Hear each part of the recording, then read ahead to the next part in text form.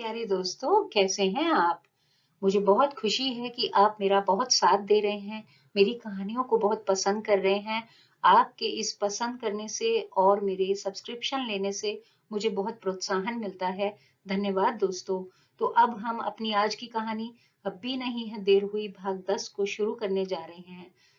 माणिक और हार्दिक ने अगले सोमवार तक एडवांस पेमेंट और लोन इत्यादि लेकर फैक्ट्री को अपने नाम करवा लिया था। माणिक ने हार्दिक से कहा, हार्दिक भाई, आप हैं तो मेरा फैक्ट्री बनने का सपना पूरा होता दिखाई दे रहा है। अरे माणिक, ऐसे मत सोच।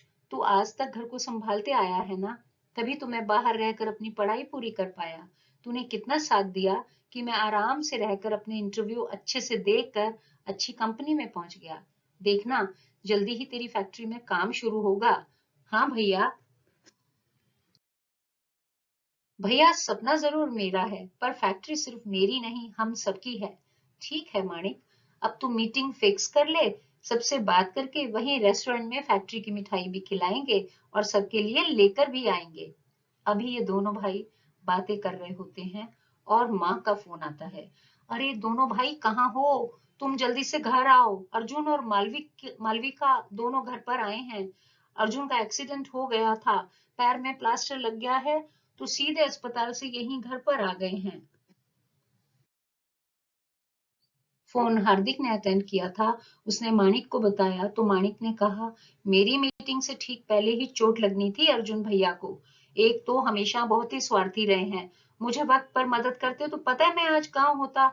यह कहने को ही बड़े भाई हैं, और इनकी पत्नी तो वैसे ही है माशाअल्लाह। अरे माणिक, तू घर तो चल, पहले देखें तो अर्जुन भैया को, आखिर तो हमारे भाई ही है ना।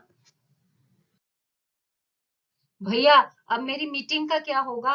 प्लास्टर चढ़वा कर सीधे यहीं आए हैं, इसका मतलब अब पूरी तरह ठीक होने तक तो माँ वैसे भी उन्हें नहीं जाने देगी। माणिक, थोड़ा भरोसा रख भगवान पर और अपने घर के लोगों पर। तूने नहीं देखा है, तू तो बात ही नहीं करता है, पर अर्जुन भैया जब भी आते हैं, बस उनके चेहरे पर तेरी ओर देखते हुए बस यही उम्मीद दिखाई पड़ती है कि शायद इस बार तू उनसे थोड़ी सी बात करेगा। हूँ, इतना मत अच्छा समझो उनको। यही बातें करते हुए वे घर की तरफ भी चलते जा रहे थे। घर पहुंचकर देखा तो अर्जुन के घुटने के ऊपर तक 6 हफ्ते का प्लास्टर लगा था। शायद दवाइयों का असर था कि वे गहरी नींद में सोए हुए थे। हार्दिक ने मालविका भाभी की तरफ देखा तो वह बहुत थकी हुई और उदास दिखी। हार्दिक ने मम्मी पापा की तरफ देखकर बात करना चाहा, पर उन्होंने सबको बाहर चलने का इशारा किया। सब वहां से उठकर ड्राइंग रूम में आ गए थे। मम्मी ने कहा, हार्दिक बेटा, पहले तुम लोग कुछ खाने पीने का इंतजाम करो। आज सीमा भी छुट्टी पर है और थोड़ी ही देर में सबको भूख लगने लगेगी। नाश्ता किए हुए काफी समय बीत गया है। हार्दिक बेटा, ऑर्डर कर दे लंच सबके लिए। तब तक माणिक तू सबके लिए चाय बना ले। बेटा, यह सुनकर मालविका उठ खड़ी हुई। मम्मी, आप बाहर से खाना मत मंगवाइए, मैं घर पर ही जल्दी बनने वाली कोई दाल और चावल और साथ ही चाय भी बना लेती हूँ। मम्मी मना करती रहती हैं और वह उठकर किचन में चली जाती है। ड्राइंग रूम में रह जाते हैं पापा, हार्दिक, माणिक और मम्मी। माणिक धीरे से बोला, मम्मी यह इतनी कैसे बदल गई हैं कि सबके लिए खाना बनाने किचन में चली गई, वह भी इस हालत में। अरे बेटा, पहले ही वह बहुत उदास थी। डॉक्टर आभा ने बच्चे होने के बारे में शायद सही रिपोर्ट नहीं दी। उधर से कल शाम को ऑफिस से निकलते ही किसी मोटरसाइकिल वाले ने अर्जुन को टक्कर मारी और भाग गया। पता नहीं कितनी देर तक तो वह वहीं छटपटाता रहा। फिर पुलिस की गाड़ी आई और इसको देखा। तब कहीं जाकर मालविका को फोन किया और अर्जुन के पास से ही एक सरकारी अस्पताल में ले जाकर इमरजेंसी में दिखवाया। यह पहुंची तो इसके पहुंचने से पहले ही इसका भाई भी आ गया था। यह अच्छा किया कि उसने तुरंत भाई को बुला लिया। अब वह डॉक्टर है तो जल्दी से इसको दिखाकर प्लास्टर भी लग गया। प्लास्टर करने के बाद अर्जुन ने ही मालविका को यहाँ लाने के लिए कहा। वह कहने लगा कि अगर कुछ मुश्किल आई तो रात के समय वह अकेले नहीं देख पाएगी। बहुत देर से पापा सब बातें सुन रहे थे तो उन्होंने कहा कि यह तो अर्जुन ने ठीक ही किया। कल भी तो रात को वह अस्पताल में अकेले ही आई है। कुछ रास्ते तो एकदम सुनसान हो जाते हैं रात को। इस तरह अकेले आना जाना ठीक नहीं है। माँ बोली, अरे मेरा तो बच्चा ही है ना, देख रहे हो कैसा पीला पड़ गया है चेहरा लड़के का। बहू को भी देखो क्या हाल बन गया है दोनों का। फिर वह लग गई जाकर किचन में। अब मैं भी जा रही हूँ उसके साथ किचन में उसकी हेल्प करने, यह कहकर वह उठकर किचन में चली गई। तब माणिक बोला, पहले यह कमरा मीनल ने ले रखा था, अब अर्जुन भाई ने ले लिया। अरे तो क्या हुआ, थोड़े दिन की ही तो बात है। सोनल वाला कमरा खाली पड़ा है ना, हार्दिक बोला। देखी है उसकी हालत, माँ ने आधे कमरे में तो बुटीक के कपड़े रखे हुए हैं। तब तक माँ और मालविका चाय लेकर आ जाते हैं। सबने चाय पी और आगे अर्जुन को कब डॉक्टर के पास दिखाना है इस विषय में सब बात की। माणिक मन ही मन सोच रहा था, ऐसे में तो वह तारिणी के पापा के साथ मीटिंग रखने की बात भी कैसे करेगा। सोनल आ जाए शायद, शायद क्या, अर्जुन भाई को देखने तो आएगी ही, उसी से कहूंगा कुछ रास्ता बताए। तब फिर चाय इत्यादि से फ्री होने के बाद वह तारिणी के पिता को फोन करके अर्जुन भाई वाला कारण बताता है कि अभी थोड़े दिन के बाद मीटिंग रखेंगे। तब तारिणी के पापा ने कहा, बेटा मेरी कहीं कोई मदद चाहिए हो तो बताना, वैसे भी बेटा सबसे पहले अपने भाई पर ध्यान दो। अंकल, मैं बीच में तारिणी से मिलना चाहता हूँ, वैसे तो आपने हमारे ऊपर से प्रतिबंध हटा दिया था, फिर भी मैं आपकी इजाजत चाहता हूँ। अंकल ने माणिक को कहा, ठीक है बेटा, बस तुम दोनों खुश रहो। यह सुनकर माणिक के मन को कुछ शांति मिली कि चलो अर्जुन भैया के ठीक होने तक मीटिंग तो नहीं रख पाएंगे, कम से कम तारिणी से तो मिल पाएगा। इधर कमरे में अब अर्जुन की नींद खुल गई थी और दर्द अभी भी था तो वह करा रहे थे। उन्होंने कराते हुए माँ को पुकारा। उनकी आवाज सुनकर माँ और बाकी सब भी उनके पास आ गए।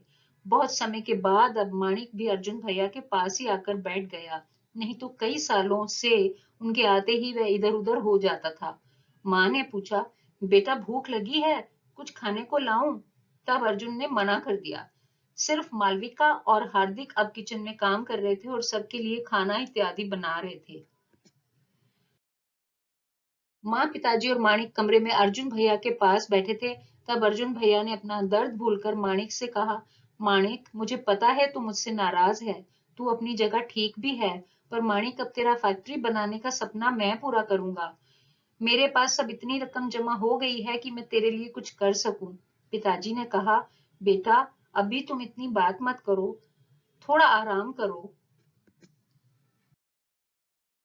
तब अर्जुन ने कहा, पापा माणिक आज 4-5 साल के बाद मेरे पास आकर बैठा है, मेरी टांग टूटना भी मेरे लिए मैं अच्छी किस्मत ही मानूंगा कि इस बहाने मेरा भाई मुझे वापस मिल जाए। माँ, अब मालविका भी बहुत बदल चुकी है, जब से डॉक्टर आभा ने उसको बताया कि अब वह कभी माँ नहीं बन सकती। माँ, शुरू में तो वह कई दिन तक बहुत रोती रही, फिर उसने कहा कि शायद भगवान उसको उसके कर्मों की सजा दे रहे हैं, जो कि उसने अपने ससुराल वालों के साथ गैरों जैसा व्यवहार किया, कभी भी उनको अपना नहीं समझा। माँ, अब उसको भी समझ आ गई है कि कौन उसका अपना है और कौन पराया। यह सुनकर माँ और पिताजी बहुत खुश होते हैं और माणिक के चेहरे पर अविश्वास के भाव हैं, वह अभी भी विश्वास नहीं कर रहा है। वह अर्जुन के सिरहाने की तरफ बैठा था, इसीलिए अर्जुन देख नहीं पाया। तभी मालविका और हार्दिक भी वहीं आ गए और कहने लगे, खाना तैयार है। तब माँ ने कहा, यहीं अर्जुन के पास ही बैठकर सब खाना खाएंगे। माँ ने मालविका से कहा, बेटा अब तुम बैठ जाओ, और माणिक से कहा, तुम हार्दिक की मदद करो। तब हार्दिक और माणिक ने खाना लगा दिया। मालविका ने पहली बार अपने घर के सब लोगों के साथ बैठकर खाना खाते हुए बहुत ही सुख का अनुभव किया। आज माणिक के दिल में भी कई शिकायतें धूमिल होने लगी थी। तो दोस्तों, माणिक का परिवार नजदीक आ रहा है। अर्जुन को चोट लगने के बहाने ही सही, अब वो लोग कम से कम साथ साथ तो हैं, उन्हें परिवार की कीमत भी पता लग रही है। तो दोस्तों, यह थी हमारी कहानी, अब भी नहीं है देर हुई भाग 10। दोस्तों, अब मेरी कहानी आपको कैसी लगी? अगर पसंद आती है तो कृपया लाइक का बटन दबाएं, मेरी कहानियों को शेयर करें, ताकि अगर कोई इन कहानियों से कोई मोटिवेशन मिले या कोई कुछ सीखे या किसी को मेरी कहानी एंटरटेनिंग लगे तो मुझे अच्छा लगेगा। अपने चैनल को सब्सक्राइब करना मत भूलिएगा। धन्यवाद दोस्तों।